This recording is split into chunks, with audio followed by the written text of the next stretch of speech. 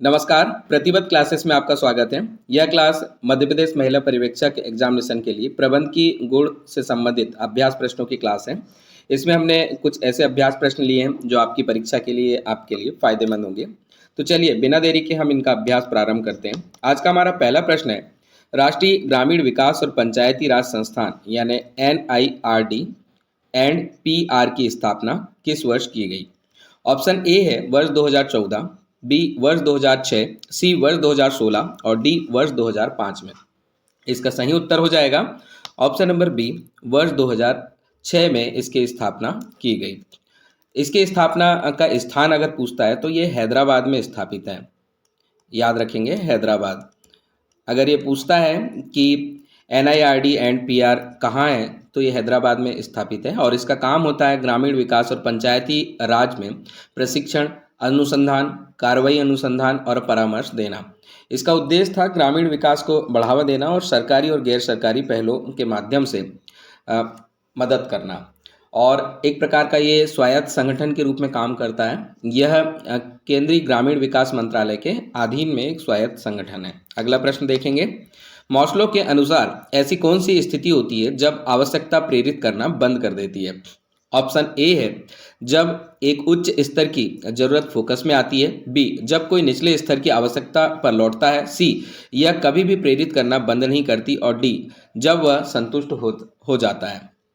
तो इसका सही उत्तर ऑप्शन नंबर ए आएगा। ऑप्शन नंबर ए में आएगा जब एक उच्च स्तर की जरूरत फोकस में आती है तो जो आवश्यकता होती है वो प्रेरित करना बंद कर देती है। मास्लो का सिद्धांत इससे पहले हमने पढ़े हैं कि मास्लो ने अपनी आवश्यकता के अनुसार अलग अलग स्तरों पे बांटा था कि सबसे पहले जो आवश्यकता होगी वो कौन सी होगी। तो सबसे पहले शारीरिक आवश्यकता होती है, इसके बारे में हम पहले बात कर चुके हैं। सबसे पहले शारीरिक आवश्यकता आती है, उसके बाद में सुरक्षा दूसरी मुख्य आवश्यकता के रूप में होती है। यानी सबसे पहले शारीरिक आवश्यकता की पूर्ति करना है, फिर सुरक्षा की पूर्ति करना है, उसके बाद में सामाजिकता आती है और सम्मान आता है। तो सामाजिकता और सम्मान, तो ये पदानुक्रम होते हैं मास्लो की आवश्यकता के। और जब एक उच्च स्तर की जरूरत फोकस में आती है तो आवश्यकताएं प्रेरित करना बंद कर देती हैं, मास्लो ने कहा है। अगला प्रश्न है, निम्नलिखित में से किस पंचवर्षीय योजना के दौरान उच्चतम वृद्धि दर देखने में आती है? ए 10वीं पंचवर्षीय योजना, बी 7वीं पंचवर्षीय योजना, सी प्रथम पंचवर्षीय योजना और डी 11वीं पंचवर्षीय योजना। यहाँ पूछा है सर्वाधिक उच्चतम वृद्धि दर कब देखने में मिली थी। तो इसका सही उत्तर है ऑप्शन नंबर डी 11वीं पंचवर्षीय योजना। अब 11वीं पंचवर्षीय योजना कब आई थी? तो 11वीं पंचवर्षीय योजना 2007 से 2012 के दौरान रही थी। मतलब पंचवर्षीय है, 5 वर्षीय हो गए, इस दौरान रही थी और इसका उद्देश्य था समावेशी विकास और गरीबी कम करने पर ध्यान केंद्रित करना।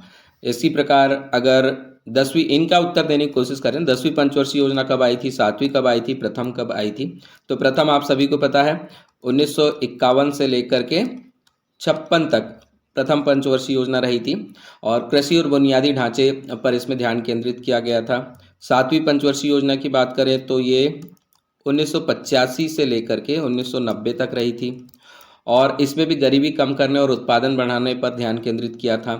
10वीं जो है वो आई थी 2002 से लेकर 2007 तक और 10वीं पंचवर्षीय योजना में भी गरीबी कम करने, मानव विकास पर ध्यान केंद्रित किया गया था। तो ये पंचवर्षीय योजनाओं का जो सन है वो आपको याद रखना जरूरी है। अगला प्रश्न देखेंगे, निम्न में से कौन सा देश सबसे पहले पंचवर्षीय योजनाओं की अवधारणा को प्रस्तुत करने में सफल रहा? ए भारत, बी संयुक्त राज्य अमेरिका, सी चीन, डी सोवियत संघ। सही उत्तर ऑप्शन नंबर डी सोवियत संघ। सर्वप्रथम 1928 में सोवियत संघ, जो वर्तमान में अभी रूस हो गया है, तो सोवियत संघ जो है उसने 1928 में सबसे पहले दुनिया को पंचवर्षीय योजनाओं के बारे में इंट्रोड्यूस कराया था। और इनकी जो पंचवर्षीय योजना थी उस समय पे चूंकि औद्योगिकरण चल रहा था तो औद्योगिकरण और सामूहिकीकरण पर इनकी पंचवर्षीय योजना फोकस्ड थी। और उस समय एक तानाशाह हुआ करते थे रूस में जिनका नाम था जोसेफ स्टालिन। नाम आपने कई बार सुना होगा, जोसेफ स्टालिन। तो जोसेफ स्टालिन के द्वारा 1928 में पंचवर्षीय योजना आई थी। 1941 से लेकर 53 तक 1941 से लेकर 53 तक ये सोवियत संघ के प्रधानमंत्री के रूप में भी इन्होंने कार्य किया है 53 तक। अगला प्रश्न देखेंगे, संदेश की समझ की पुष्टि के लिए फीडबैक का उपयोग करना निम्न के संचार बाधा को दूर करने का एक प्रभावी तरीका हो सकता है। ऑप्शन ए भाषा बाधा, बी पारस्परिक बाधा, सी मनोवैज्ञानिक बाधा और डी शारीरिक बाधा। तो सही उत्तर आप आसानी से दे सकते हैं क्योंकि इस तरह के प्रश्न हम पहले कर चुके हैं। इसका सही उत्तर हो जाएगा ऑप्शन नंबर ए भाषा बाधा। सबसे प्रभावी तरीका होता है भाषा बाधा, यानी भाषा को आप सही तरीके से उपयोग करेंगे, सही तरीके से एनकोडिंग होती है तो संदेश प्रभावी तरीके से चल जाता है और जो फीडबैक होती है उसकी पुष्टि भी सही तरीके से होती है। अगला प्रश्न है, सामुदायिक विकास का मूल सिद्धांत जोर देता है, तो किस पर जोर देता है बताना है। ए बाहरी एजेंसियों द्वारा टॉप डाउन योजना पर, बी समुदाय के सदस्यों के सशक्तिकरण और भागीदारी पर, सी तात्कालिक जरूरतों के अल्पकालिक समाधान पर और डी व्यक्तिगत उपलब्धियों पर ध्यान केंद्रित करें। तो सही उत्तर ऑप्शन नंबर बी हो जाएगा, समुदाय के सदस्यों के सशक्तिकरण और भागीदारी पर सामुदायिक विकास जो होता है वो ज़्यादा जोर देता है। अगला प्रश्न है, प्रेरणा बलों का समुच्चय क्या है। ऑप्शन ए यह व्यवहार को सक्रिय, प्रत्यक्ष और कायम बनाए रखता है, बी यह तनाव और चिंता का कारण बनता है, सी यह बोरियत और उदासीनता की ओर ले जाता है, डी यह नैतिक निर्णय निर्देशित करता है। तो इसका सही उत्तर है ऑप्शन नंबर ए, प्रेरणा बल का समुच्चय का मुख्य कार्य होता है ये व्यवहार को सक्रिय करता है, प्रत्यक्ष और कायम उसको बनाकर रखता है।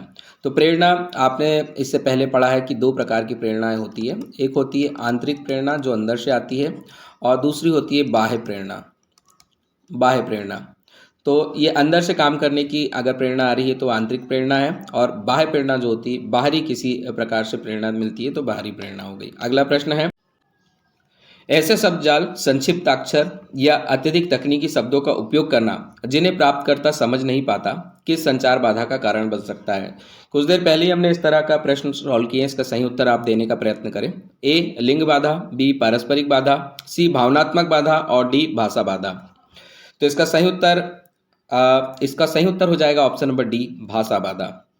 भाषा बाधा में ऐसे शब्दजाल शामिल होते हैं जिन्हें व्यक्ति समझ नहीं पाता, कुछ शॉर्टकट वाले वर्ड होते हैं या फिर कुछ ज़्यादा ही तकनीकी वाले वर्ड होते हैं जिसे प्राप्तकर्ता समझ नहीं पाता, तो ये एक बाधा के रूप में काम करता है। तो ऐसी बाधाएं भाषा बाधाएं कहलाती है। अगला प्रश्न है, निम्नलिखित में से कौन सा सामाजिक स्तरीकरण का एक सामान्य आधार नहीं है।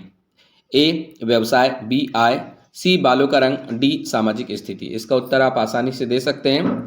सही उत्तर इसमें आ जाएगा ऑप्शन नंबर सी, बालों का रंग जो होता है वो सामाजिक स्तरीकरण का कोई सामान्य आधार नहीं होता। इसके अलावा व्यवसाय के आधार पर सामाजिक स्तरीकरण देखा जाता है, आय के आधार पर देखा जाता है और सामाजिक स्थिति व्यक्ति की कैसी है उसके आधार पर उसका स्तरीकरण मापा जाता है। अगला प्रश्न हम देखते हैं, मास्लो की आवश्यकता का पदानुक्रम प्रस्तावित करता है कि व्यक्ति निम्नलिखित को पूरा करने का प्रयास करते हैं। ऑप्शन ए आवश्यकताएं याच्छदित क्रम में, बी केवल शारीरिक आवश्यकताएं, सी केवल सामाजिक और सम्मान की जरूरतें हैं और डी उच्च स्तर की जरूरतों से पहले निचले स्तर की जरूरतें। तो इसका सही उत्तर हो जाएगा ऑप्शन नंबर बी, केवल शारीरिक आवश्यकताएं पूरा करने की कोशिश करते हैं। हमने मास्लो के प्रेरणा के 5 मूलभूत आवश्यकता के पदानुक्रम के बारे में बात की थी। इसमें सबसे पहले कुछ देर पहले ही हमने इस बारे में डिस्कस किया है। सबसे पहले शारीरिक ज़रूरतें आती हैं, शारीरिक ज़रूरतें। तो सबसे पहले शारीरिक ज़रूरतें आती हैं, उसके बाद में सुरक्षा आता है, फिर सामाजिकता, उसमें प्रेम और अपनापन, सम्मान इत्यादि आता है, फिर उसके बाद में आत्म साक्षात्कार आता है। तो ये 5 क्रम होते हैं इनके, इसको याद रखें। अगला प्रश्न है, SDG इंडिया इंडेक्स। अब यहाँ पे पूछा है इंडिया इंडेक्स रिपोर्ट 2023-24 के अनुसार SDG 6 के संदर्भ में प्रवेश का स्कोर 2023-24 में कितना था। ऑप्शन ए है 73, बी 59, सी 55 और डी 63। तो इसका सही उत्तर हो जाएगा option number A. Option number A में आएगा 73। लेकिन आपको मैं बताना चाहूँगा कि इंडिया इंडेक्स रिपोर्ट SDG 6 की अगर बात करें तो SDG 6 होता है स्वच्छ जल से संबंधित। SDG 6 में रखा गया है स्वच्छ जल और वह स्वच्छता। स्वच्छ जल और स्वच्छता SDG 6 जो है हमारा गोल नंबर 6, उसमें स्वच्छ जल व स्वच्छता को रखा गया है। और 2023 से 24 के इंडेक्स में हमने जो लक्ष्य हासिल किया था वो उसमें 89 हमें स्कोर मिला है। तो अगर स्कोर की बात करें तो 89 हो जाएगा, लेकिन इस संदर्भ में प्रवेश का स्कोर पूछा है इसलिए 73 इसमें आएगा।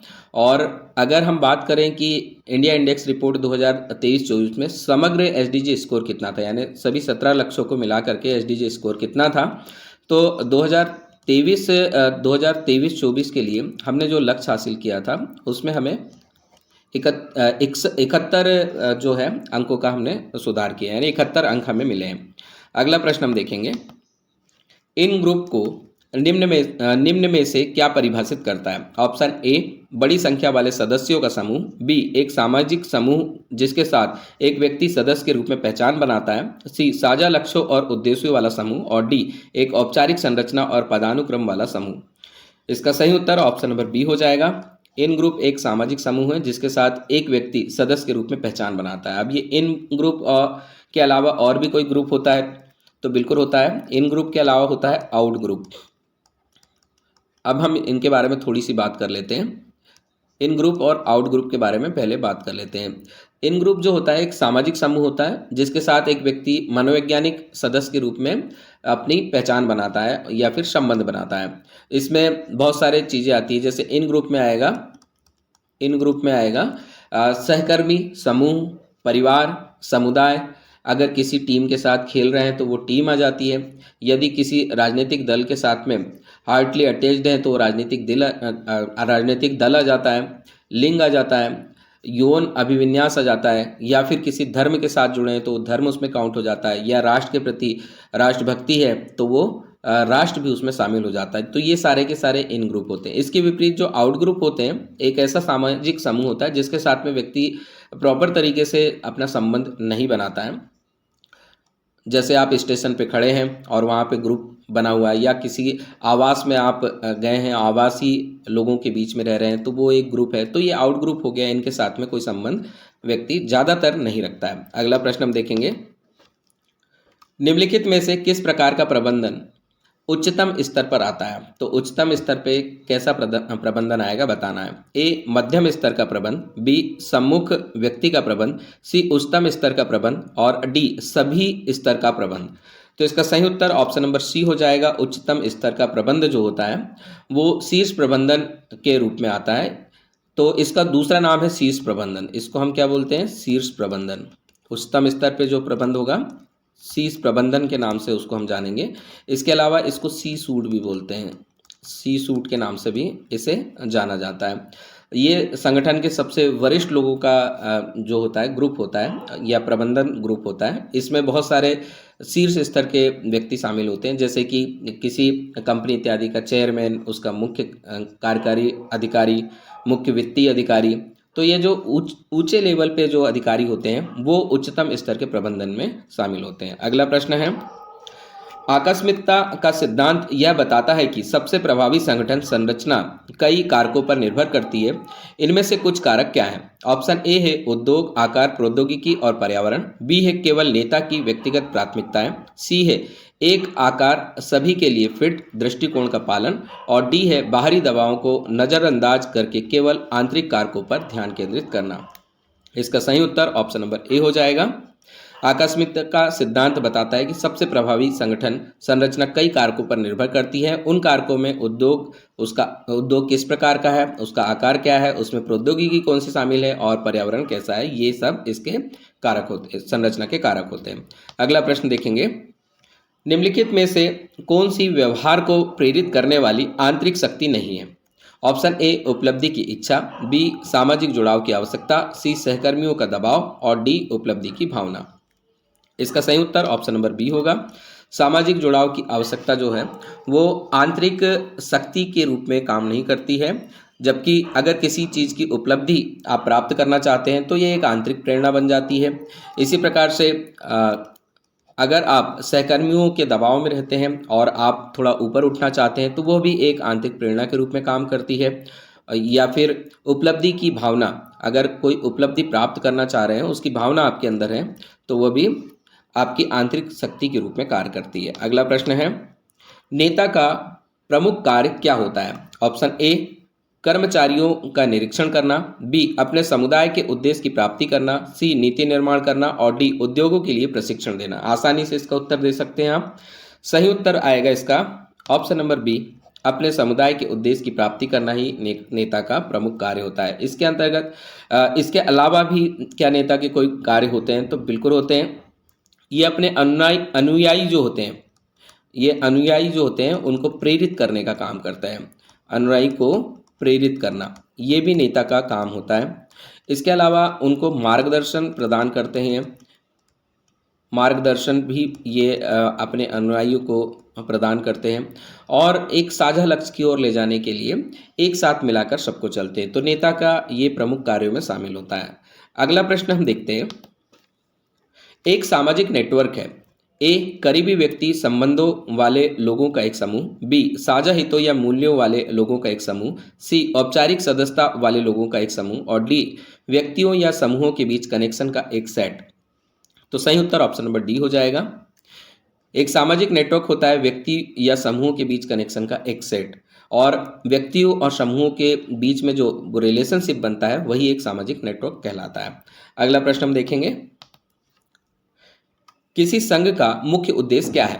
ए, सामाजिक संपर्क को बढ़ावा देना, बी, सामान्य हितों और लक्ष्यों को आगे बढ़ाना, सी, अपनेपन की भावना प्रदान करना और डी, नियमों और विनियमों को लागू करना।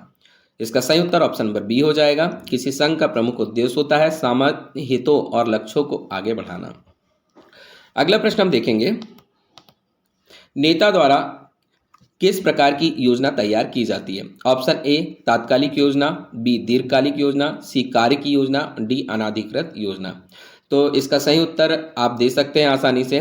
कोई भी जो नेता होता है वो दीर्घकालिक योजना पे कार्य करता है। तो नेता द्वारा जो योजना तैयार की जाती है वो दीर्घकालिक होती है, अपने लक्ष्यों और उद्देश्यों को ध्यान में रखकर ऐसी योजनाओं बनाते हैं। इसमें नीति निर्माण, संसाधनों का आवंटन और लक्ष्यों को प्राप्त करने के लिए क्या क्या आवश्यक कदम उठाना है, ये सब दीर्घकालिक योजना में शामिल होता है, उसकी रूपरेखा में शामिल होता है। अगला प्रश्न है, निम्नलिखित में से कौन प्राथमिक समूह का उदाहरण है?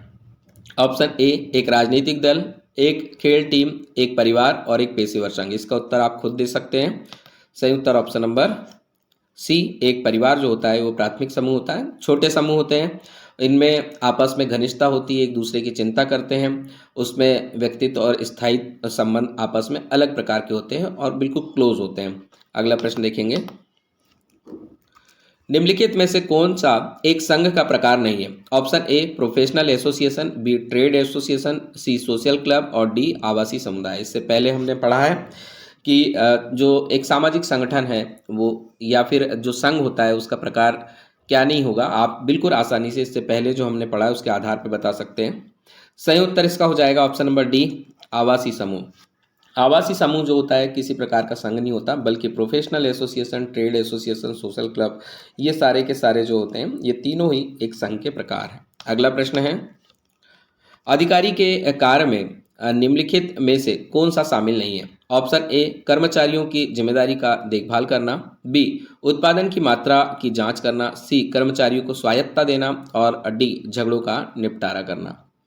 तो आपको बताना है इसमें से कौन सा जो है अधिकारी के कार्यों में शामिल नहीं होता है। तो इसका सही उत्तर ऑप्शन नंबर सी हो जाएगा। कर्मचारियों को छूट देना या स्वायत्तता देना अधिकारियों का काम नहीं होता है, बल्कि अधिकारियों का जो काम होता है वो उनकी जिम्मेदारियों की देखभाल करना होता है, उत्पादन की जो मात्रा होती है उसकी जांच करना होता है, और अगर किसी प्रकार से कर्मचारियों में कोई झगड़ा हो जाता है तो झगड़ों का निपटारा करना भी अधिकारी का कार्य होता है। अगला प्रश्न देखेंगे, एक स्वैच्छिक संघ है, तो एक स्वैच्छिक संघ कौन सा है बताना है आपको। एक संघ जिसमें लोगों का शामिल होना आवश्यक है, बी, एक संघ जिसमें लोग शामिल होना चुनते हैं, सी, सख्त सदस्यता मानदंडों वाला एक संघ और डी, बिना किसी औपचारिक संरचना का संघ। तो स्वैच्छिक संघ पूछा है आपको इसमें, जिसमें आप खुद की मर्जी से शामिल होते हैं, ऐसा संघ बताना है। तो इसका सही उत्तर ऑप्शन नंबर बी होगा। एक संघ जिसमें लोग शामिल होना चुनते हैं, मतलब लोग खुद ही चुनते हैं कि इस संघ में हमें शामिल होना है, तो ये शैक्षिक संघ होगा। अब परिवार इसमें शामिल नहीं होता है, क्योंकि आप चाहे या ना चाहे उसमें शामिल ही होते हैं। समाज उसमें शामिल नहीं होता, आप चाहे या ना चाहे शामिल हो जाते हैं। धर्म भी उसमें शामिल नहीं होता। लेकिन कोई ऐसा संगठन जैसे कोई खेल ग्रुप है, उसमें आपको शामिल होना है या नहीं होना है, यह आपके ऊपर निर्भर करता है। अगला प्रश्न देखेंगे, निम्नलिखित में से कौन सा बाह्य समूह का उदाहरण है? ए करीबी दोस्तों का एक समूह, बी सहकर्मियों का एक समूह, सी अजनबियों का एक समूह और डी है एक परिवार। तो आपको बताना है बाह्य समूह कौन सा होगा। तो इसका सही उत्तर हो जाएगा ऑप्शन नंबर सी, अजनबियों का एक समूह। जैसे आप रेलवे स्टेशन पे खड़े हैं, प्लेटफॉर्म में काफ़ी सारे लोग खड़े हैं, तो वो जो समूह है वो बाह्य समूह हो गया। अगर आप किसी आवासीय क्षेत्र में गए हैं या आवासीय मेला लगा है, वहाँ पे लोगों का समूह है, वो एक बाह्य समूह हो गया। तो ये सब बाह्य समूह के उदाहरण हैं। करीबी दोस्तों का समूह, सहकर्मियों का समूह और एक परिवार, ये आंतरिक समूह में आएंगे। अगला प्रश्न है, किसी समुदाय का प्रमुख कार्य क्या है? ए लाभ उत्पन्न करना, बी प्रतिस्पर्धा को बढ़ावा देना, सी सख्त नियमों और विनियमों को लागू करना और डी अपनेपन और समर्थन की भावना प्रदान करना। सही उत्तर ऑप्शन नंबर डी, अपनेपन और समर्थन की भावना प्रदान करना, ये समुदाय का प्रमुख कार्य होता है। तो किसी भी समुदाय में आप अपनापन महसूस करते हैं और वजह यही है क्योंकि यहाँ पे अपनेपन और समर्थन की भावना दी जाती है। अगला प्रश्न है, बहिर्मुखी नेताओं की ताकत क्या है? तो आपको यहाँ पे नेता की खासियत दे रखी है, बहिर्मुखी नेता है, तो उसकी ताकत क्या है बताना है। ऑप्शन ए विवरण उन्मुख होना, बी ऊर्जावान और करिश्माई होना, सी सामाजिक मेलजोल पसंद करना और डी आसानी से अभिभूत होना। तो सही उत्तर आप दे सकते हैं। सही उत्तर ऑप्शन नंबर बी होगा। बहिर्मुखी जो नेता होते हैं वो ऊर्जावान होते हैं और करिश्माई व्यक्तित्व के होते हैं। और बहिर्मुखी नेता में बहुत सी खासियत और भी देखी जाती है, जैसे उनका संचार कौशल जो होता है काफ़ी ज़्यादा अच्छा होता है। वो दूसरों के साथ में सहजता से संबंध बना लेते हैं, दूसरों को प्रेरित अच्छे से कर लेते हैं। तो इस तरह की क्षमता इसमें होती है। ये बहिर्मुखी नेता की ताकत है। अगला प्रश्न देखेंगे, किसी समुदाय की प्रमुख विशेषता क्या है? ए औपचारिक संरचना और पदानुक्रम, बी भौगोलिक फैलाव, सी साझा मूल्यों और परंपराएं और डी है सख्त सदस्यता मानदंड। तो समुदाय की प्रमुख विशेषता होती है ऑप्शन नंबर सी, साझा मूल्य और परंपराएं। साझा मूल और परंपराएं जो होती किसी भी समुदाय की प्रमुख विशेषता होती, क्योंकि समुदाय में जब हम रहते हैं, जुड़ते हैं, तो उसमें साझा मूल को शेयर करते हैं और जो समुदाय की परंपराएं होती है उनका हम पालन करते हैं। अगला प्रश्न देखेंगे, निम्नलिखित में से कौन सी द्वितीयक समूह की विशेषता है? ऑप्शन ए अंतरंग और व्यक्तिगत संबंध, बी औपचारिक संरचना और अव्यक्तिक संबंध, सी साझा स्थान और डी पारिवारिक संबंध। तो इसका सही उत्तर ऑप्शन नंबर बी हो जाएगा। औपचारिक संरचना और अवैयक्तिक संबंध जो होते हैं वो द्वितीयक समूह की खासियत होती है, जैसे किसी कंपनी के साथ में जुड़ना। अब प्राथमिक समूह में आपने पहले पढ़ा है, परिवार आते हैं, घनिष्ठ संबंध आते हैं, तो ये सब पारिवारिक संबंध होते हैं, वो प्राथमिक समूह में शामिल होंगे। स्कूल इत्यादि सभी प्राथमिक संबंध में होते हैं। अगला प्रश्न हम देखेंगे, नेतृत्व की प्रकृति और प्रारूप किस पर निर्भर करते हैं? ऑप्शन ए कर्मचारियों की गुणवत्ता, बी नीतियों की स्थिति, सी उत्पादन की मात्रा और डी कार्यस्थल का वातावरण। सही उत्तर हो जाएगा ऑप्शन नंबर बी, नीतियों की स्थिति। नेतृत्व की प्रकृति और प्रारूप नीतियों की स्थिति पर निर्भर करते हैं कि किस तरह की नीति बनी है, तो किस तरह का प्रारूप होगा, उसकी प्रकृति क्या होगी, ये सब नीतियों की स्थिति के ऊपर निर्भर करता है। अगला प्रश्न देखेंगे, निम्नलिखित में से कौन सा इन ग्रुप का उदाहरण है? ऑप्शन ए सहकर्मियों का समूह, बी अजनबियों का समूह, सी करीबी दोस्तों का समूह और डी उपरोक्त सभी। तो आप बिल्कुल आसानी से उत्तर दे सकते हैं। इससे पहले इस तरह के हमने प्रश्न पढ़े हैं कि इन ग्रुप क्या होते हैं। इन ग्रुप में हमारे जो संबंध होते हैं वो करीब होते हैं, इसलिए सही उत्तर ऑप्शन नंबर सी हो जाएगा, करीबी दोस्तों का समूह। इन ग्रुप समूह में परिवार आ जाता है, दोस्तों का समूह हो जाता है।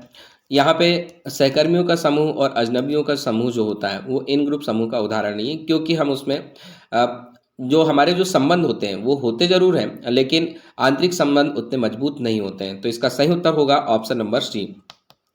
तो दोस्तों, ये आज का हमारा अंतिम अभ्यास प्रश्न था और निश्चित तौर पर ऐसे अभ्यास प्रश्न आपकी परीक्षा में आ रहे हैं, इसलिए आपके लिए बिल्कुल फायदेमंद साबित होंगे ये सारे के सारे अभ्यास प्रश्न। पूरी क्लास को आप देखिए। इससे पहले भी अन्य क्लासेस में हमने आपके लिए काफ़ी ज़्यादा फायदेमंद क्वेश्चन आंसर लेके आए हैं और हमारी क्लास कैसी लगी कमेंट करके ज़रूर बताएं। साथ ही अगर कोई सुधार इत्यादि आपको लग रहा है, कुछ और आपको नए विषय पर वीडियो चाहिए, उसके बारे में भी आप हमें बताएं। अगर चैनल को सब्सक्राइब नहीं किया है तो सब्सक्राइब करें, लाइक करें और शेयर करें। धन्यवाद। जय हिंद।